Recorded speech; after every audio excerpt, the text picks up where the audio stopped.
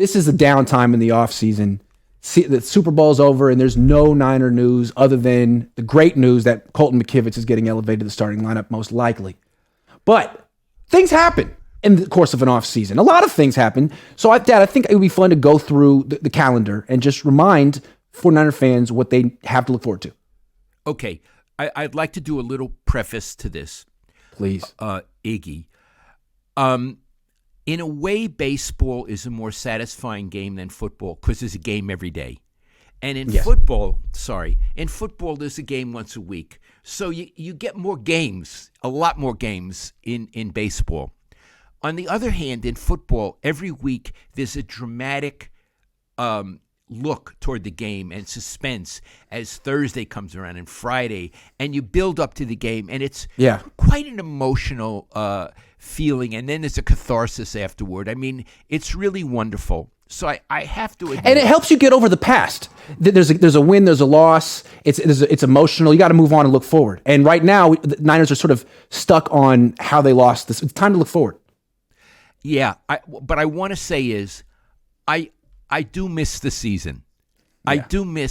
I do miss looking forward to the games, and I do miss when Iggy does his grades and all of that stuff right after the game. And I'm always telling him when he's on the road, be sure and be safe, get an Uber, don't get hurt, because I'm a dad. But the football season is over, but football is 365 days a year. So I think it's important for us to say what's coming up, what important events and milestones that we can look forward to talking about. Iggy, why don't you do it? You're better than I am at this. I will. I get a question a lot from people that either don't know my job or that well. Say, so what are you going to do now that the season's over? Keep writing about the Niners every single day. Keep talking about the Niners every single day. All right. So February 21st is the window opens for teams to use the franchise tag. So if there's anyone the Niners are going to franchise tag, they can do that starting in a week from today. I don't know that they would tag anyone, but you don't know. Day after that, though, February 22nd is the most important day of the offseason. It's when Brock Purdy's surgery on his elbow happens. And again, the surgeon hasn't decided what he's going to do. They're saying they want to do the repair, which is a 6-month recovery, but they'll make that determination when they make the incision. So we'll find out in 8 days. Then on February 28th to March 6th is the NFL Scouting Combine. It's a big one. I mean, the Niners don't have a top 100 pick this year, but they could always trade up, and they do have a lot of picks later, and they're great at picking later in the draft. So that's always fun. March 7th is the deadline to franchise tag a player. It's also when the pro days begin around college campuses. And then the best part is March 13th, when the legal tampering period begins for free agency. I love that.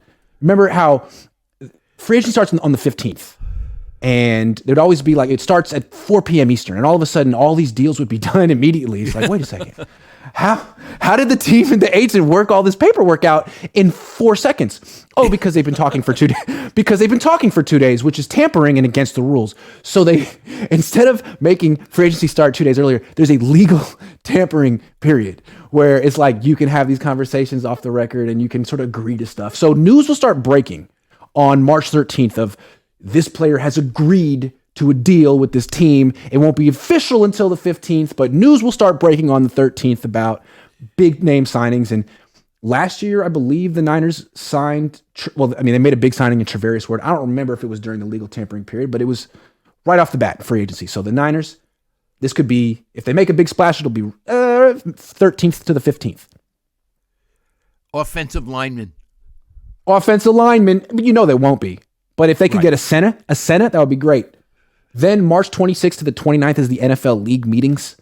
That's like the owners. I think Kyle Shanahan usually talks. I might go to that. I've never gone before, but you can get sort of like not off the record, but a informal group interview with the coach and the GM. I'm sure that if you go to that, Kyle would be very happy to see you there. And he likes me. He'll invite you out for a beer. Yeah, we'll chop it up. Shoot the breeze. Talk about life. April 17th, OTAs begin, but it's like phase 1 and 2 where the players just show up and like lift weights and run around and we're not invited. But technically they report on April 17th. Then on April 27th is the draft. That's the 27th, 28th, 29th.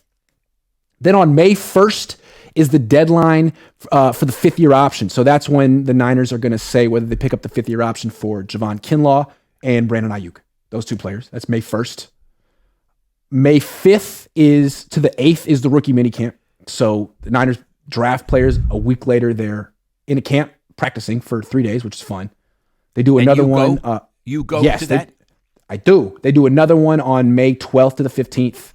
And then shortly after that is OTAs. Shortly after that is minicamp. Those dates aren't official yet. Minicamp's over around June 18th. Then there's about 5-6 weeks off where I will go maybe leave the country, do something fun, do some travel vlogs, and then end of July, training camp. Boom. That's it. End of July. End of July. Usually the players report like July 25th. The first practice will be 27th. The first day in pads will be August 1st or the 30th, something like that. Iggy, if you were the general manager and you had whatever your pick is whenever it comes, what would be the first kind of player you'd take? An offensive lineman. Yeah, me too. I would look for a center or a right tackle. It seems to me that it doesn't really matter what position, honestly. That you should have at least 3 really good offensive linemen. Then I just have 1. So whatever freaking position you could find a really good offensive lineman, go get that guy. You don't have a second one. The Chiefs have a really good left tackle, at least this year. They had a really good left tackle, a really good left guard, and one of the best centers in the game. That's a great place to start. Okay. The Eagles had the best center in the league, the best right tackle in the league, and I mean, all 5 of the Eagles' offensive linemen are better than the Niners' second best offensive lineman. All 5 of them are better than the Niners' second best offensive lineman. So anyone, I think the Niners got to change the offensive line from a weakness that Kyle Shanahan schemes around to a strength, to a weapon. It's a weapon for Kansas City. It's a weapon for Philly. It's a weakness for the 49ers. But they won't. No. They're not going to change.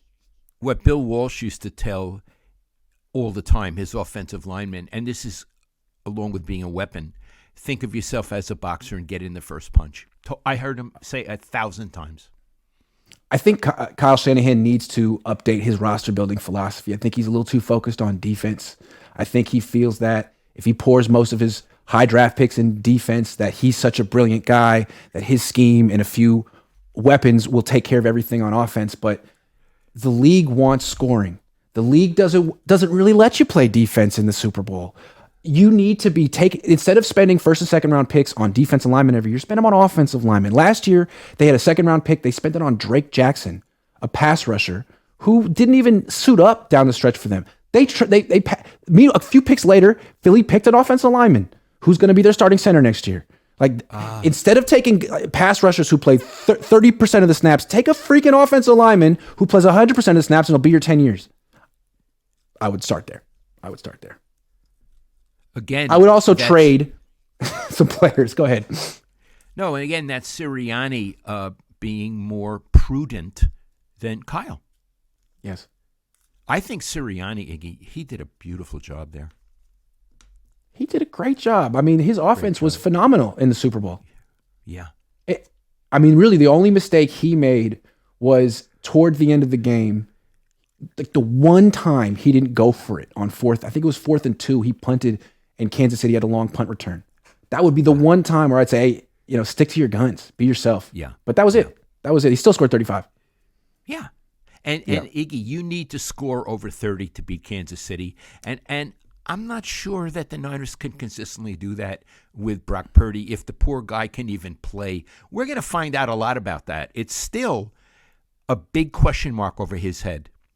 Well, if the 49ers don't really invest in their offensive line, they're always going to be at a big disadvantage against teams.